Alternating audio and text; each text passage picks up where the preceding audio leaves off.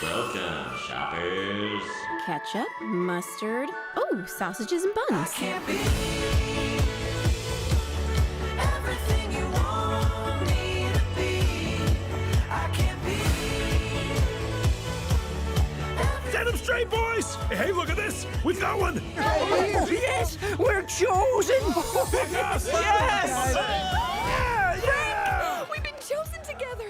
Hello, everyone, and welcome back to the Theater, a movie review podcast. My name is Peter Waters, and with me is Matt Veal. Hope everybody had a nice and really hot weekend. yes, and hot, temperature-wise, not It's a scorcher in New England. yes. So hopefully everyone is staying cool out there. So hopefully you're in a cool place listening to this podcast wherever you may be in the country. On today's episode, we will be talking about a movie, an animated film. 2016, the summer of 2016, is a big year for animated films. We've seen The Secret Life of Pets and Finding Dory make a lot of money at the box office. And sort of the idea behind a lot of Pixar movies is we get to see the secret life of different characters. Things like The Secret Life of Toys, The Secret Life of Bugs, Fish, and even sentient cars with eyeballs on the windshield. I'll never understand that. I don't think anybody understands that. But with this movie we'll be reviewing today, we get The Secret Life of Food. That sounds good. That sounds good, but it's actually horrifying once you start to think about the implications of what the secret life of food is, because we eat food. So essentially humans are cannibals of food. So it's yet another family-friendly film to bring everyone in your family to. Just Grandma, kidding. I'm not just kidding. Bring grandma, bring the children. The younger the better. It's a perfect family film to bring everyone to. Everyone will enjoy something in this. Doesn't matter what religious denomination you are, what social class or race you are, you'll probably find this a nice, wholesome film. If it was by Pixar or DreamWorks, that is. Yeah. So anyway, this movie, Sausage Party, hopefully you understood my sarcasm. This is an R-rated animated movie. We don't have too many of those, and this is the first sort of R-rated animated movie in the Pixar level of animation, the 3D animation. And it is made by writer-producing team Seth Rogen and Evan Goldberg, who gave us This Is the End and a smattering of other comedies recently. And this is probably one of the weirdest animated movies and one of the weirdest wide-release movies to hit theaters this summer. So it's about talking hot dogs. And what did you think of this movie, Matt? Well, Peter, I'm a huge fan of Seth Rogen, as I mentioned in our review for Ghostbusters a few weeks back. But the past couple movies he's released, I was very, very disappointed by. The Night Before, which wasn't as funny as I hoped it would be, and Neighbors 2, I know you disagree, but I found it to be a really not very good sequel, and not as funny or as eye-opening as the first one was. So I was really worried, even though I loved the trailers for Sausage Party. I thought they were all very funny, and the idea itself was original for once. So I really hoped Seth Rogen would steer away from his PC values that he's trying to preach recently. I don't know if you heard about this, Peter, but he said... What do you mean PC values?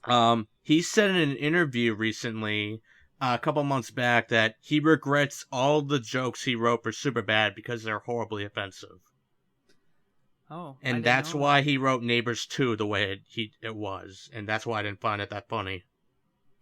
Oh, well, that's unfortunate. But luckily, Seth Rogen realized the error of his ways of being PC, because this was probably the funniest movie I've seen this summer. It is dirty, brutal, not afraid to offend. Like, you're not safe at all. Like, every religious, racial, sexual orientation, it is made fun of in very, very classless and dirty ways. But at the same time, unlike unlike Adam Sandler's films, which Rogen is frequently compared to, he has a really good, really smart agenda behind it. In this film, which, like This Is the End, he questions religion and, he questions the foundation and where we really come from in our existence. And as a result, he doesn't make it just a really classless, like, weed-friendly movie. He makes it more of a thinking man's comedy in a way. So yeah, the only issue I had with it was a very minor gripe, was I felt the ending was a little too long at times. But other than that, I was really pleasantly surprised and I enjoyed a lot of this movie and I was very happy with it. So I want to hear your thoughts on that, Peter. All right. I think you tossed a word. You tossed around words like smart and the thinking man's comedy. I couldn't disagree more. This is a movie that really feels like, if I had to sum up if I had to sum up this film in 2 words, I would say obnoxious and lazy. Really? I think from beginning to end, it's just frat boy comedy, and it's really just sex jokes all the way through, and there's this really half-assed, like, as you mentioned, this, like, philosophy angle that a lot of reviews are touting as a positive thing. Those themes were handled so poorly, and it felt like the poor man's South Park, like how South Park sort of mixes lowbrow humor with these sort of more philosophical, political themes underneath it. This movie tried to do that and completely failed. Because it didn't make me laugh enough. It was just so obnoxious. The humor is just so juvenile. It tries to be really clever with the sort of concept of the food and, like, coming to life, but it really failed for me on that level. Like, Pixar does a really good job of taking their sort of high concepts, like, oh, what do toys do when you're not watching? And, all the different characters and things. It's really clever how they work their way around that, or the feelings inside your head, the emotions. What would they do, like, for their job? Whereas this, all of the characters in this film, it's just the most basic frat boy, racially insensitive characters you could find. Like, of course, all the tacos are these Mexican stereotypes. Of course, the Chinese food are all Chinese stereotypes.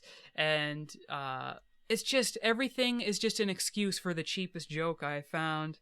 And the sort of, it is very preachy. I found it obnoxiously preachy with its message. It has this sort of atheistic message and this hedonistic message where, because throughout the film, the food, they are promised that when they are bought from the store by the customers, when they leave the store, they're, promised this paradise. But what they don't know, and that they learn horrifically, is that, humans buy them to eat, and they're not, they don't live for eternity. They're, chewed and pooped out, basically. And so the movie basically is talking about, the analogy here is like blind faith, and like, is it better to not know what really goes on and just turn a blind eye to reality and, believe in something with no evidence and things like that? So there's this atheistic message that, personally, as an atheist, you would think I would connect with it, but the way it was handled was just really lame and lazy, I thought, and they just harp on that one note for so long, and it's not done creatively. Pixar actually did a very similar concept in the original Toy Story that was very elegantly handled, very humorously handled, and it was only one scene. Pixar accomplished in one scene what this movie tried to stretch for like an hour and a half or whatever. It's the claw scene at Pizza Planet, Yep. if you remember. In that scene, they're Woody and Buzz. They've lost their owner. They're in the real world, and they escape to this arcade area, Pizza Planet, and they crawl into this claw game. And all the little aliens in there, that presumably have always been in there, worship this claw, and to them, once they are picked up by the claw, that is like their salvation. But what they don't really know is that they're used for, bullies and, dog chew toys and things like that. But they worship this higher power, and it's just used as this one joke. But Sausage Party takes that and stretches that one concept for the whole film, and the rest is just filled up with the laziest caricatures and sex jokes over and over and over again, and it got so old so fast. Oh, I disagree. I personally thought because it stretched out and was so racy the whole time, I thought it made the movie much more entertaining in a way. I just got so tired of it. Oh no! And I think they really want you to just the basic concept of food cursing is supposed to be hilarious, because they don't do anything clever with the actual cursing. As a fan of stand-up comedy, I am not against excessive cursing in comedy. Like George Carlin, Louis Black, lots of stand-up comedians have taken the art of the curse and made it into something, that isn't a cop-out for humor. But this movie really does nothing interesting with jokes. It's just the most basic, just the fact that a tomato is cursing or saying, all these curse words, you're supposed to laugh. I found it lazy. It just, to each their own. I mean, comedy is subjective, but for me, it just wasn't clever enough. It was just too sophomoric, and it was so much of the same notes over and over again, and I just wanted it to be over. Like, the concept, once you watch the trailer, that's sort of the whole concept, and it, there's nothing really new once you see the actual film. I'm actually really shocked that you said this, Peter, because your thoughts on this are the same exact thoughts I had with last year's Spy and this year's Neighbors 2. Well, there's a lot more going on in both of those films, at least. Like this, it's really, like, there's not even, like, a plot progression. It just sort of, Oh, yeah, there is. There totally is. Like, basically, the way they handled the getting out of the, well, we'll talk more about this in spoilers, but I really disagree that there was a huge plot progression, a huge character arc between the bun and the hot dog Frank. I really disagree with you on this. I'm sorry. All right, well, we'll get more into it in spoilers, but it was very the whole movie was just off-putting to me. And for a disclaimer, I loved the trailers to this movie. I know you did. Me and you talked about this. I was really honestly expecting this to be one of the funniest movies of the year. I was really looking forward to it. I'm a Seth Rogen fan. Even when he's in bad movies, I just generally like him as a comedic figure. I think he gets a lot of complaints that he plays the same character over and over again, the sort of stoned goofball. But honestly, I don't mind that he plays the same character in every movie. A lot of, the comedy genre's best comedians have played the same roles over and over again. You don't hear anybody complaining about the Marx Brothers, oh, Groucho, he has the same shtick over and over again. Or Charlie Chaplin. Or who? Charlie Chaplin. Yeah, or Charlie Chaplin. Like, all these people, they had, like Charlie Chaplin had the tramp character and all these things. Like, they played the same characters over and over again, but it was the different situations that they were placed in, and you actually go to the movie hoping that they'll employ the same personality that you've grown to love. It's like, revisiting a friend that you've enjoyed their work. They don't have to be completely diverse in every role, I think. And not to mention, Rogen does really well in dramatic roles, too, as seen in Steve Jobs last year. Yeah, and also 50-50, I think, is one of his best roles. It's because it's one of his more personal roles, too. Yeah, so I'm a fan. Like, I follow his career. I'm a fan of Seth Rogen. I don't hold my head up above raunchy comedies or anything like that. So this was definitely a huge disappointment to me. And I also thought the animation itself, even though it was animated, I think by the guy who did Shrek 2, if I believe, or one of the Shreks. Yeah, Shrek 2, and it's from the director of Monsters vs. Aliens. Right.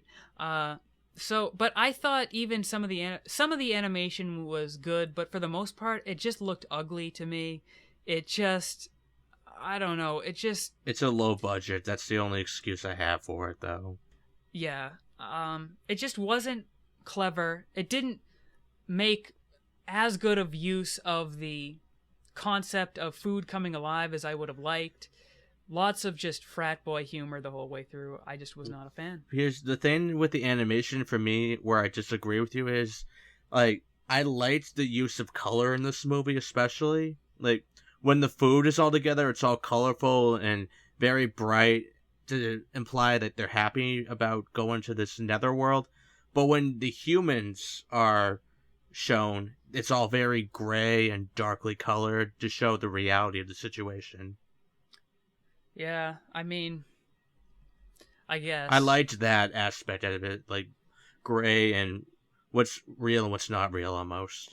That's very similar to Inside Out, Pixar's Inside Out from last year, where, you know, the emotion inside the little girl's head, the emotion world is very colorful, and then the real world is a subdued grayish color. You know, that's not enough of a interesting detail that it would make me go on the movie's side. But I didn't expect you to either. It was just a little note I noticed in this movie. I didn't notice it as much in Inside Out, but I do.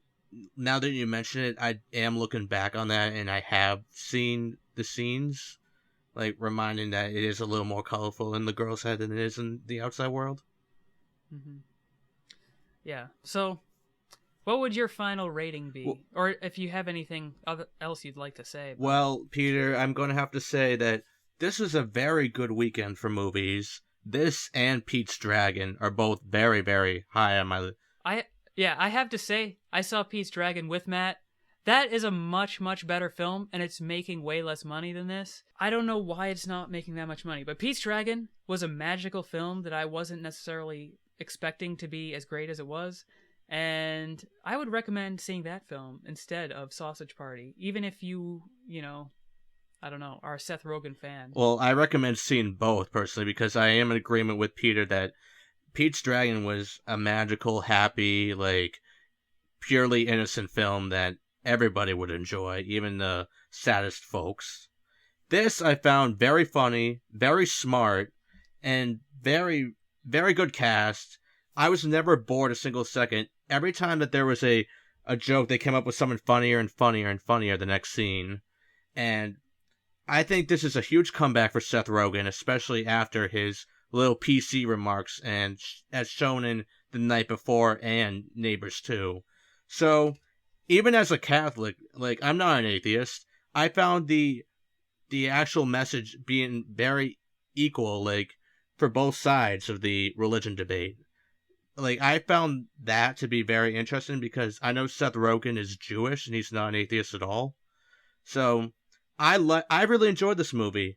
And yes, the only issue I had with was the ending that I felt was a little overlong and a little dumb.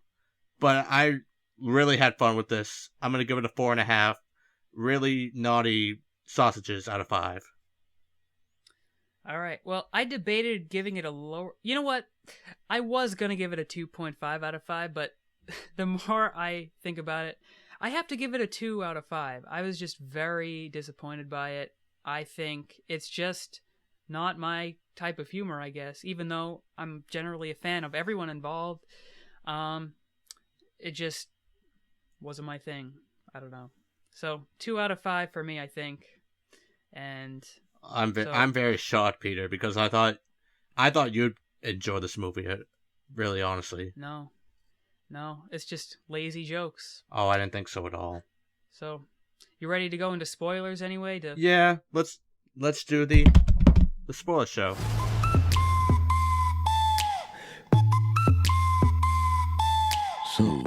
learn the terrible truth, I gotta tell everyone. no one will believe you. I have to try.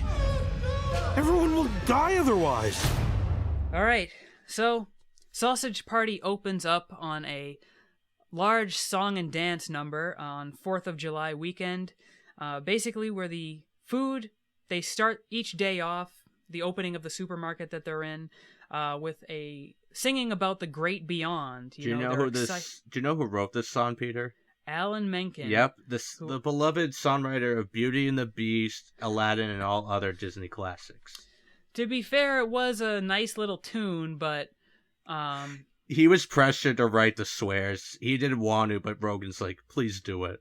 Oh my god, the amount of swears, like, it's absolute, like, the amount of swears, it's just, it sounds like a 14-year-old, for the first time, like, allowed, like, to swear. Like, they're at a slumber party without parental supervision for the first time, and they're just cursing like a sailor, and there's no rhyme or reason to it. Just the amount of swearing is so off-putting in this movie. It wasn't funny at all, like, to me. It was just so annoying, because they don't do any clever wordplay with the swearing. It's just, we're supposed to laugh because, you know, Hot Dog is saying F this, you know, like, it's very frustrating. But I didn't think so at all. But I have a very immature mind sometimes, I'll admit. So you think it's funny? I thought the it was, joke, because there's no setup. It was the weaker punchline. part, one of the weaker parts of the movie, yes, but The fact that a hot dog says F is funny even without any setup, like, maybe it's funny the first few times, but an hour and a half straight of various food items swearing. you know the jokes were much more than that, Peter. I mean, some of them were, but honestly, a lot of them weren't. A lot of them was just cursing for the sake of it. Like, I don't know. But anyway, they start singing the song about the great beyond, and they're completely disillusioned about the whole thing. They don't realize that they're just, you know, shopping items for people to eat. So what did you think of the musical number? I liked it, honestly. Like, it was nice to see Alan Menken can still be in really good songwriting form, even though it's a little above what he writes normally, which is for children's films. But it's good to see that he still has the same Menken structure that he does with all of his other movies, and it kind of gives me faith that his new songs in Beauty and the Beast are going to have that quality too. I think that they're very different films.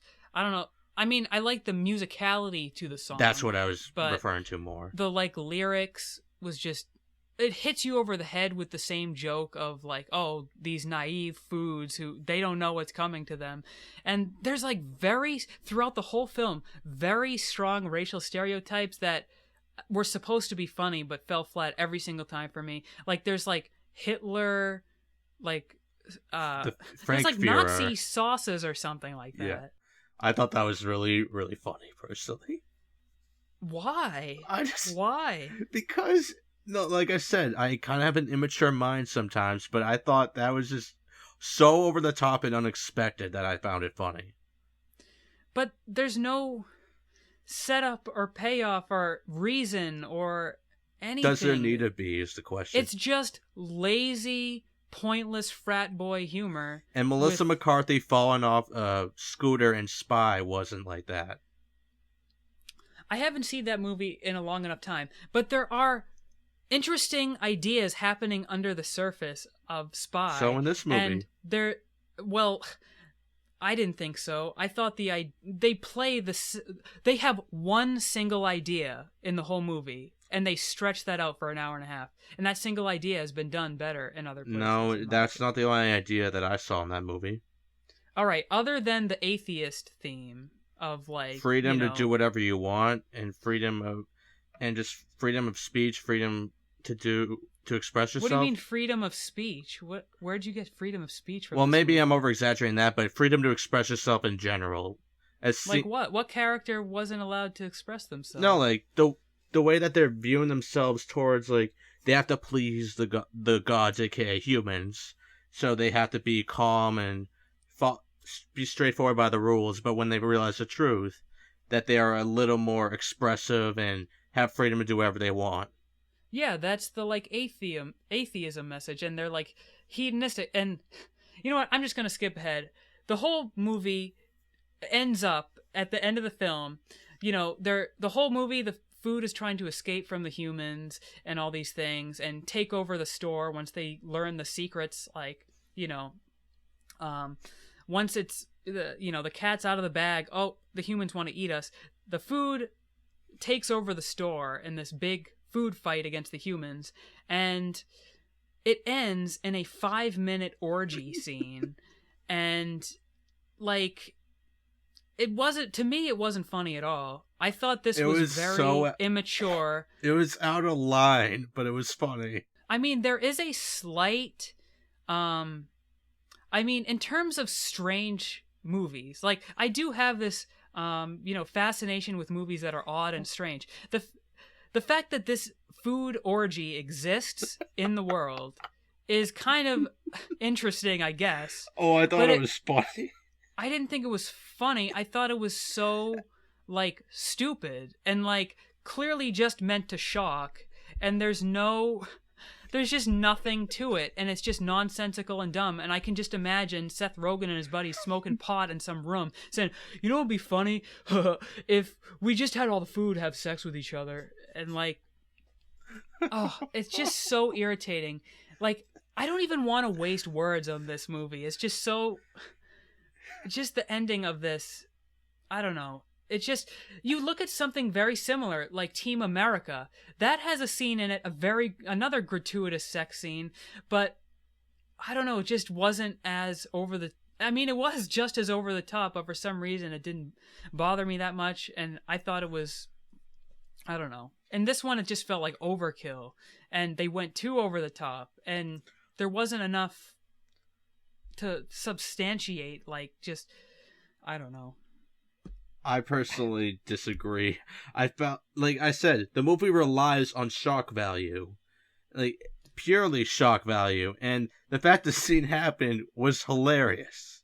I think I just need more than shock value for me to, like, laugh. It's just not clever in any way. Like, seeing a hot dog slide into a bun sexually, and, like, see a bagel and a falafel type thing just humping each other. Like, there's nothing to it. There's no joke there. It's like you're supposed to laugh just because you're seeing a shocking thing. It just wasn't. It just landed with a thud, and I just don't understand why that would be funny to anybody. I was laughing the whole scene. I really was. I guess I think I'm just more mature than you, Matt. Well, in comedy, I enjoy most immature humor, with the exception of Adam Sandler recently, because it's just immature to the point of really, really dumb. All right. Well, I've been jumping around.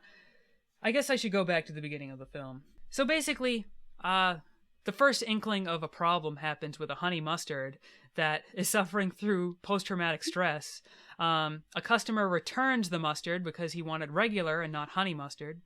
And the honey mustard is returned to the shelf, tweaking out. He said, he's seen things that are unbelievable, but, and he is spouting all sorts of things like, we can't, the whole thing is a lie. This whole living for eternity, going to the great beyond is all a farce. But that doesn't stop the food from celebrating when they are picked up in the cart. Frank, voiced by Seth Rogen, he's a hot dog, is in love with a bun named Brenda, voiced by Kristen Wiig. And they're excited because they'll finally not have a relationship together. They literally just want to... What do they say? Yes, they just want to slip inside each other. It's basically have sex with each other. Is like... And they play that joke over and over and over again, the same joke. But all they can do is quote unquote touch tips, which basically means hold hands. Yeah. Like at the beginning of the film, because they're in their packages, they can't escape until they are brought to the great beyond, and then they can finally, a hot dog slipping into the bun or whatever. Mm-hmm. And but anyway, so no one's heeding the warnings of this honey mustard character, and But he commits suicide out of a cart. He's put into another woman's cart along with Frank and Brenda, into this woman's cart. And Honey Mustard says, I'm not going through that again. And he tries to commit suicide, but Frank jumps over the side and along with Brenda to try and save him. They fall out of the cart and, that's basically how they escape their fate, basically, while Frank and all of his hot dog buddies continue on to their doom, essentially. Mm-hmm. And when they fall out of the cart, we get a Saving Private Ryan parody, which is seen in the trailers too. Yeah, that was one of the few things I liked, few scenes I really thought was funny in the movie, and actually has clever food related jokes in it. But that was already shown in the trailer. My favorite was the peanut butter and jelly when he's like, peanut butter's wife died. He's like, and he's like, why? Like, yeah. That was one of the few scenes where I thought they did a really clever job of using food-related humor in it. Like, the Saving Private Ryan scene, like, the banana's face peels off, and, like, a cup of ramen noodles, he's, like, holding his, like, stringy noodles like it's his intestines in front of him screaming, and, like, an Oreo, like, has one of his cookies in front of him, like in Saving Private Ryan, it was his arm that fell off. So those were clever food puns that I wish were present more throughout the film instead of just a bagel that, wants to hump a falafel or something. It's a pita bread. Or pita bread or whatever the hell it is. Anyway, so that was one of the few funny things. Oh yes, and also someone who fell out of the cart is one of the sort of, besides the humans, one of the villains of the film, whose name is what he is, and it's Douche.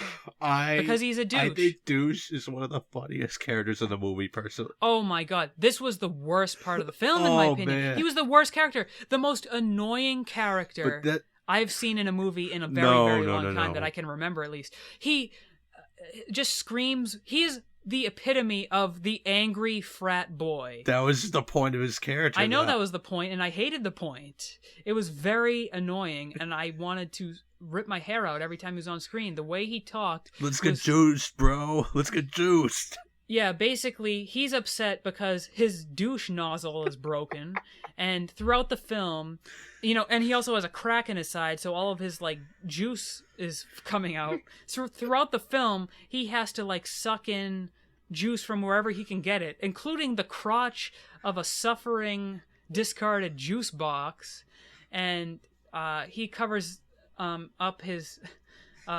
leaking crack in his side with a sticker, and throughout the film he gets juiced up, basically like steroids, and he, because his ultimate goal, he wants to be used as a douche, essentially, and he blames, Brenda the Bun and Frank the Hot Dog for not being able to fulfill his destiny in the great beyond. So throughout the film, not only are Frank's friends in peril in the outside world, but Brenda and Frank and the friends they meet within the grocery store, they're under threat by Douche the Douche, which... Voiced by Nick Kroll.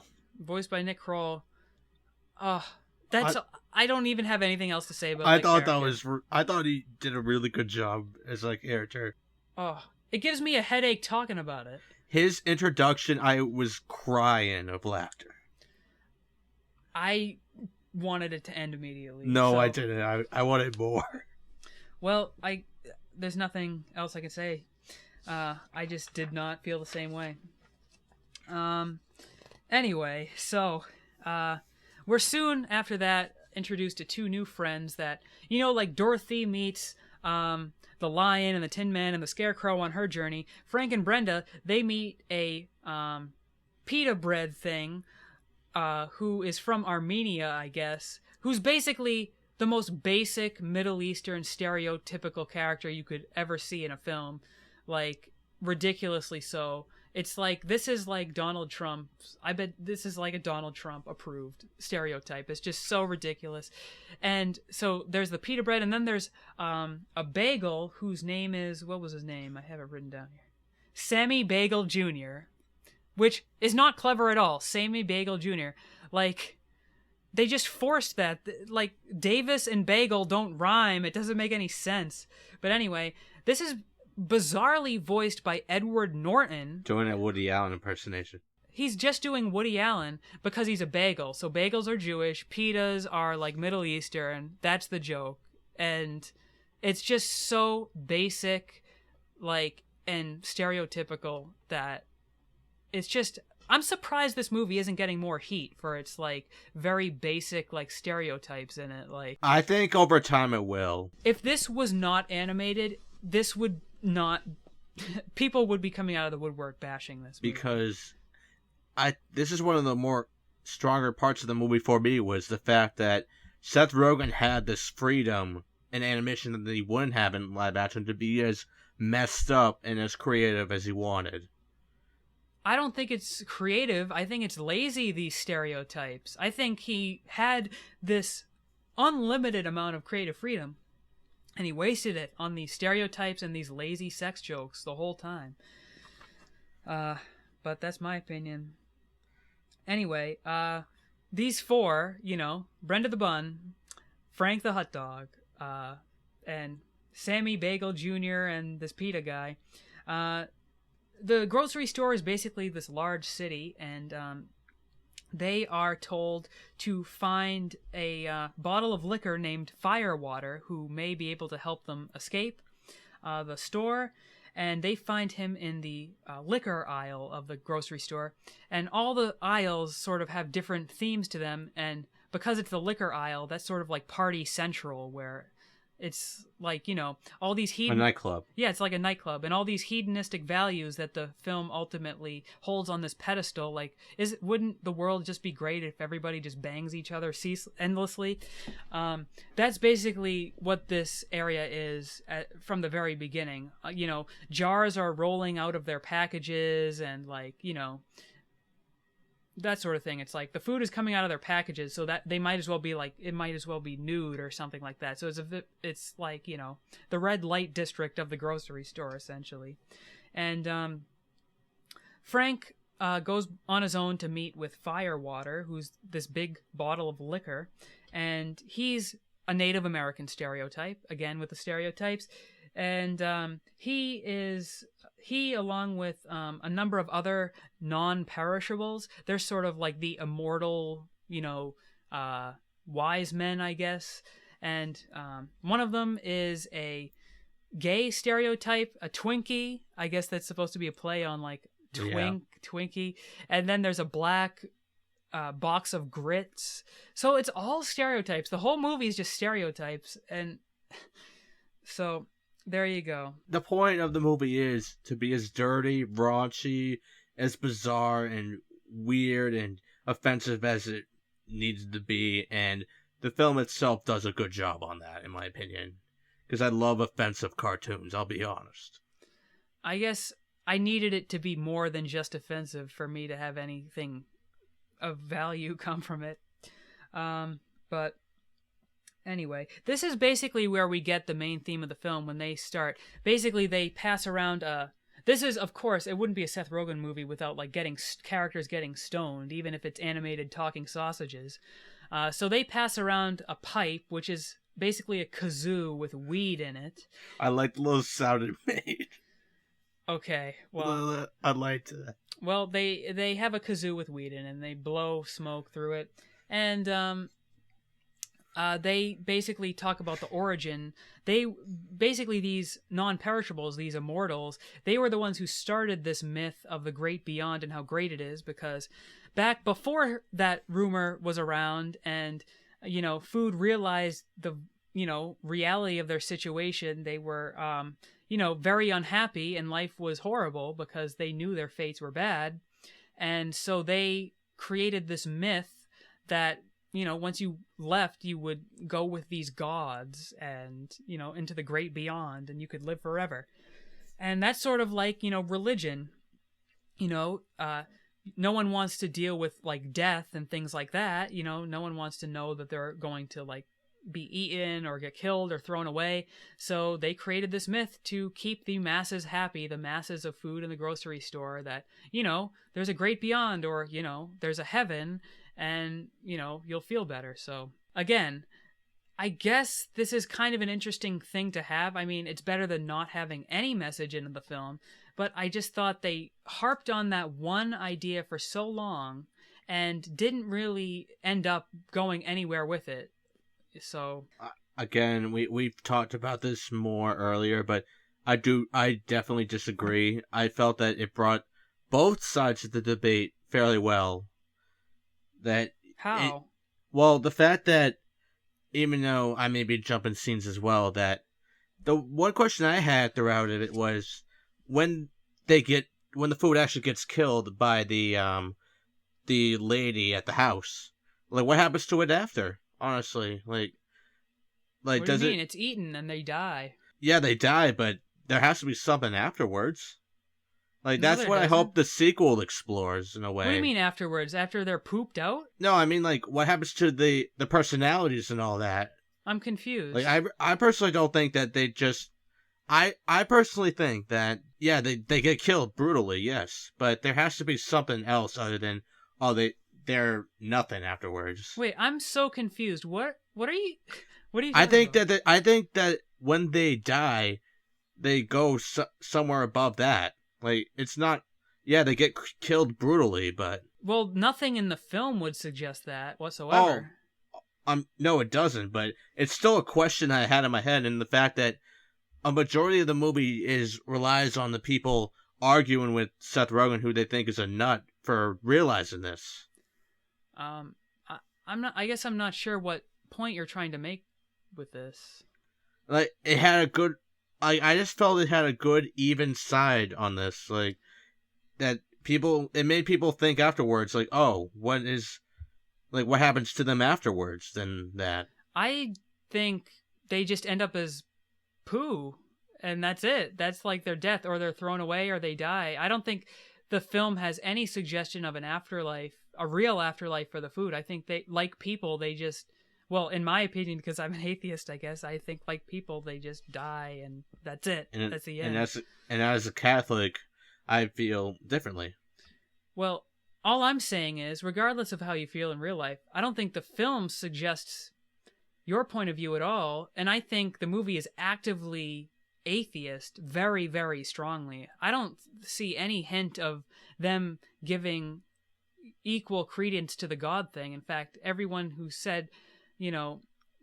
from, the God angle, it's all thrown away by the end, because even Brenda the Bun, she's very, she feels horrible, that she feels like all their problems throughout the whole film were caused because they touched hips, like at the beginning of the film, they held hands, and that's very similar to religion, basically having sex before marriage, that sort of thing, and, at the end of the film, they basically reject all those ideas of, sanctity and religion for this giant orgy, which is like very hedonistic and, anti-religious. It couldn't be more anti-religious because every food, and there's homosexual sex going on. It's like this big FU to religion. I thought this whole movie was a big FU to like religion to me. I don't know. I viewed it more not to just regular religion, but more to like the cult religions like Scientology and all that. I guess I'll have to disagree. I think it was just a sweeping generalization for all religions or anything similar to that of, but who knows? I mean, but I guess that's just how I read it. That's why we have different viewpoints. Yep. I guess we'll just have to agree to disagree, but yeah, we will. Let's see. So that's what they find out is really happening. And then we also get, of course, the scene at the house where they are being eaten. This is another scene that maybe I would have laughed in the theater if I hadn't seen it already in the trailer, where the food finally learns the horrors of being eaten. The potato is like singing at first, thinking he's going to go into... The pipes. Yeah, he's very happy. He's elated. He thinks he's going to the great beyond or going to be immortal. And then his skin is peeled off by, a woman, the woman shopper, and hot melted cheese is, cheese is grated, his head is grated, and then that cheese is melted onto suffering nachos in a microwave, and baby carrots are chewed mercilessly, children. And one of Frank's hot dog buddies actually two of Frank's hot dog buddies attempts an escape outside of a window. One of them makes it. That would be Barry, voiced by Michael Cera. He's like a deformed hot dog, and he jumps out the window into a bush. But his other friend, Carl, voiced by Jonah Hill, is stabbed and cut in half with a big knife. And did you think that was funny that he was stabbed in half with a knife? Yes, it did. I thought that when the nachos getting burnt up was probably the funniest for me. Yeah, I think, again, that scene was shown in the trailer, so the impact was a little bit gone. The two big scenes that I thought were the funniest were that Saving Private Ryan moment and that moment of the first realization of the horrors of the food. Like, basically any time the food is like horrified and learns more about their real situation, I thought was kind of funny. But so much of it is, I'd say 3 scenes, one of which I'll get to later, made me laugh, and the rest was kind of painful to me. I didn't think so. But anyway, so he escapes. So Barry, the little deformed hot dog, he's now walking the streets, and outside he's terrified. He finds a dog turd, or maybe it's even a human turd, on the road. We'll never know. It's on the road with zombie corn sticking out of it, which I thought was kind of a funny gag, I thought so too. And also, I know you probably laughed at this, but there's also a talking used condom on the road. Yes, I did. And you just laughed at that just because that's what it was. Exactly. Not because anything he said, not because anything was funny in the scene. It was both. Just the fact that a used condom was suffering. I guess you have simpler tastes, I think. No. Just the fact that existed, I think, is what you laughed at. I think you just laughed as soon as it appeared, right? No, I didn't. The shock value of it. Yes. Exactly. So there's that. Barry, again, he's the little deformed hot dog. He spies a drug dealer, or a druggie, not a drug dealer, a drug buyer, rather. He's buying bath salts from his dealer, and he hitches a ride on his car because the druggie, he has a bag from the supermarket he comes from, so he thinks, I can return if I hitch a ride with this guy. So back at the druggie's apartment, he shoots up bath salts, of course. And of course, bath salts, if you don't know, is one of the most dangerous drugs you can take, and most people who do it go insane in real life. But in this movie, it actually acts kind of like the sunglasses in They Live. He basically is now able to see the food talking, and he's able to, hear, see, and speak to all the food in his apartment.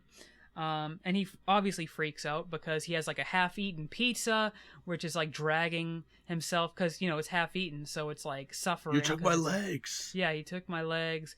And there's also, I did have to admit, I did laugh at this. There's a mortified roll of toilet paper. Yes. Who comes out of the bathroom.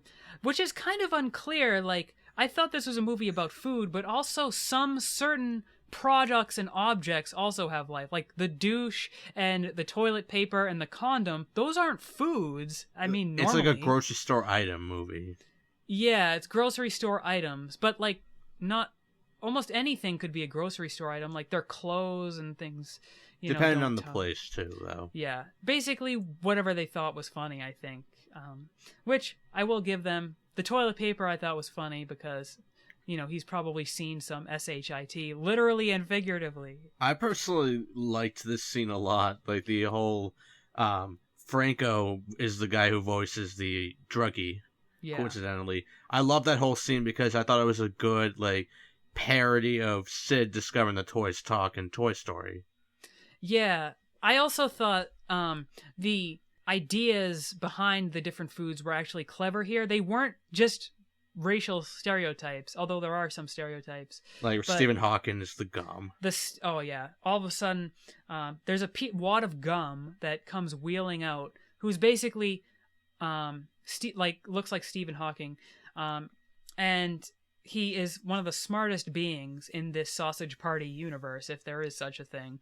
And that's because he was stuck to the bottom of the desk of a really smart person, and then somehow he got flicked off of that and then stuck to the bottom of some guy's shoe and ended up in this apartment. But he's a brilliant man, and he agrees to help Barry get, with his friends again or whatever. Mm-hmm. And we cut away before we know exactly what happens, but after the bath salts, he passes out, and then when he wakes up, the druggie, he doesn't remember it. Well, he remembers it, but he thinks it's all bogus. Yeah, he's like, he probably just thought he was hallucinating. For God's sake, he was on bath salts. So then he goes to boil the hot dog, Barry, and then we're all on edge. And by we're all, I mean just Matt is on edge, like, what's going to happen to the hot dog?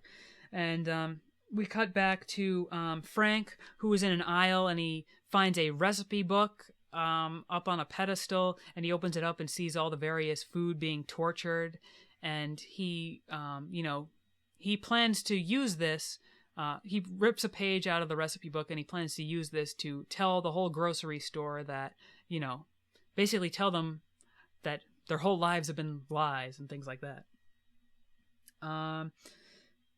And then we cut back to Barry and the druggie, and you think he's gonna die, or actually, no. This is actually no. how Barry reunites with Frank. Yeah, first Barry reunites with Frank, and he brings the druggie's severed head to him, and he says. And we learn that he escaped basically by the druggie slipping and falling, and an axe falls on him, and he becomes decapitated. So that's when the food learns that the humans can be killed. So knowing that, and with the proof, with the druggie severed head, and also with Frank telling the whole supermarket, showing them that page from the cookbook, they all basically form a giant militia against the humans. And Not initially. But eventually. Does anything special happen between them not wanting it and then them wanting it? I forget. The fact that all the humans go on bath salts, and they see the food and they start killing it. Yeah, they start killing it, and then they're like, oh wait, they are violent. Yeah, because Barry and all the hot dog friends and their new bagel friends and all them, they dip toothpicks into bath salts and shoot the toothpicks like bow and arrows into the customers, who then go insane because they see talking fruits and things, and then they start smashing them on the ground in horror. And then once, the rest of the, supermarket sees this, they're like, wait a second, they are bad. And then basically ensues this very long, extended action scene where, basically a food fight, literally, between the humans and the food. Some of which was a little bit clever, but most of which I just found kind of annoying. This scene, this food fight. Like I said earlier with the druggie, I thought this scene was also another good parody / memoir to Toy Story, when Sid discovers the whole toys talk and all that, like the little action scene that ensues after that. I don't know. I just thought. So I guess you just liked it. So you thought that this revenge with the food, you thought so did you think the revenge was like well earned within the film? Yes. Like when you felt elated, oh, they're finally getting back at the humans. Yes, I did. And when Douche goes up, the Paul Rudd characters. Oh yeah, there's a like a disgruntled worker basically who works. Who I didn't know was Paul Rudd until the credits. Yeah, he does like trash duty, and Douche, he comes back. He's all juiced up. He literally shoves his nozzle into his butt and controls him because, oh yeah, the worker has a gun, so he controls him up via his butt and shoots at the other characters. Mm-hmm. So you like that? I thought that was funny, yes. Okay. I thought this whole movie was funny from start to finish. Okay. So some of the various things that happen. There's a Coca-Cola and Mentos joke. You know, they pin a fat guy down, pour his mouth full of Coca-Cola and Mentos, and then his head explodes. And gumballs shoot out and hit people. Licorice trips people. They ride on horseradish sauce like they're horses. Mm-hmm. Get it? Yes. I just thought it was just weak, but I didn't. anyway, their final plan is a lot of the food. They rig a rolling garbage bin with rockets, and eventually they just blast the douche and Paul Rudd. who is currently up Paul Rudd's butt, and they blast him into the sky, and outside through the skylight in the roof they blast them out, and then they've officially taken over the supermarket. And then they have that orgy scene we talked about. And then they earlier. have a 5-minute orgy where all the fruits and vegetables and meats and every character we've known are humping each other ceaselessly, and that's supposed to be funny. And some people find that funny. I don't at all. But to each their own. And then after that, that's not the complete ending of it. We get something even more dumb. And if you defend this, I'm not, Peter. I'm actually not. But it does bring up the point I made earlier, which is the even-headedness, but I didn't like this either. I'm not going to defend this one. well, what happens is after their 5-minute orgy and they're all winding down, our main heroes, Bagel and the pita, hot dog, and bun, they go into a back room with the firewater guy, the Native American thing, and Gum. And Gum has created a portal to another world. A world, and he informs them. I mean, their minds were already blown that, there is no great beyond. They're also informed that they are, in fact, cartoon characters created by Seth Rogen and voiced by Edward Norton. And they step into a portal to that world, I guess, and then the movie ends. I really didn't like the ending either. Makes no Peter. sense. It wasn't necessary. I don't understand why they even bothered. Why couldn't they have just ended it on the orgy? That's what I was hoping they would do. Like, if they had the orgy and just ended it on the most graphic possible thing possible, and then just rolled credits silently, I think that would have been actually kind of funny, because that shock value juxtaposed to just quiet credits, it would have been so awkward, like, just of a place to end. And it says it all. This movie is about just being dirty and disgusting. Not something that I particularly wanted, but at least it would have been just like, this is what this movie is about. Yeah. Just, live your life, smoke pot, bang as much people as possible, don't care about authority or anything, just do what you want, live your life how you want, and end the whole thing. Just, like you said, there's like a freedom in that. But to have them be controlled by this real world voices, it almost undermines that in a way. Yes, and I think, apparently, I read this today, South by Southwest screen of this movie did not have this ending at all. So they must have added it afterwards. Probably, and I really thought that was the only weak part of the movie for me.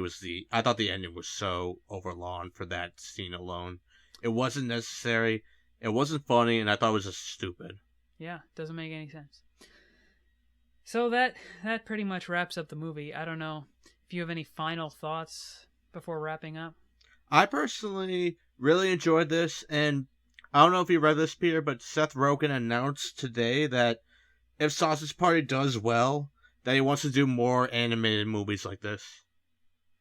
Well, hopefully the like this isn't as emphasized. I would support him doing more animated movies just because, as I said, I am a Seth Rogen fan, and I'm sure he would learn from this experience and make the next one better, hopefully, and won't just, employ the same, in my opinion, mistakes as this movie. So it would depend. I think he realizes that he has a lot more freedom in animation than he does in live action. So I'm all for him continuing on his empire like this. I just hope it's not another Sausage Party movie. Well, he actually did say that he would like to do a sequel, but he wants to do others as well. Yeah, The Secret Life of whatever the next thing is, I guess. We'll see. We'll see. Yep. So, yeah, you really liked it. I think it really comes down to your sense of humor. Yes, it does. Because I don't think this movie offers anything more than what you see is what you get with this movie. I think if the humor doesn't click with you, you're just not going to like this movie. I agree. Whatsoever. Like, this movie's not for everybody. Yeah, and I say again, I'm not... Sometimes with that asterisk, this movie is not for everybody. Sometimes people would assume, oh, that person's just a prude. They don't approve of raunchy jokes. I will say George Carlin is like my hero, and he is one of the raunchiest people who's ever walked this planet in terms of his comedy. And I am a Seth Rogen fan, and I like gross out humor, but this didn't hit my funny bone. So I think it's more nuanced than just... Right, and the thing is, but if you're not a Seth Rogen fan, I would not recommend seeing this movie at all. Oh yeah, if you are predestined already not to like him, just stay away. You probably know already to stay away, but yeah. So, all right. So I guess that about wraps it up, and that about wraps it up for the show for at least a long time now. We're gonna go on hiatus, boys and girls yes. listening. Yes, we are gonna go on hiatus. So, you can still follow our blogs. Mine is bealvision@wordpress.com, and in the meantime, I haven't thought it all out yet, but I might be starting my own little thing in the meantime because I had so much fun doing this with Peter. And I will not be continuing to do anything because I'm going back to school. Like Billy Madison, I'm going through second grade. I'm starting second grade all over again, to prove to my father. No, but I am going back to school, and once the school year starts, I'm not going to have time to, proper enough time anyway to prepare for the podcast and things. So I'm going to do it on a hiatus. We might be back for winter break or possibly in the summer. So check our Facebook page. We'll keep you guys updated. Yeah, we'll definitely keep you guys updated. So anyway, thanks for listening. If you've listened to just this one episode or all of them, thank you for listening and giving us a shot. Take care, guys. Take care, guys. Good luck. Have fun.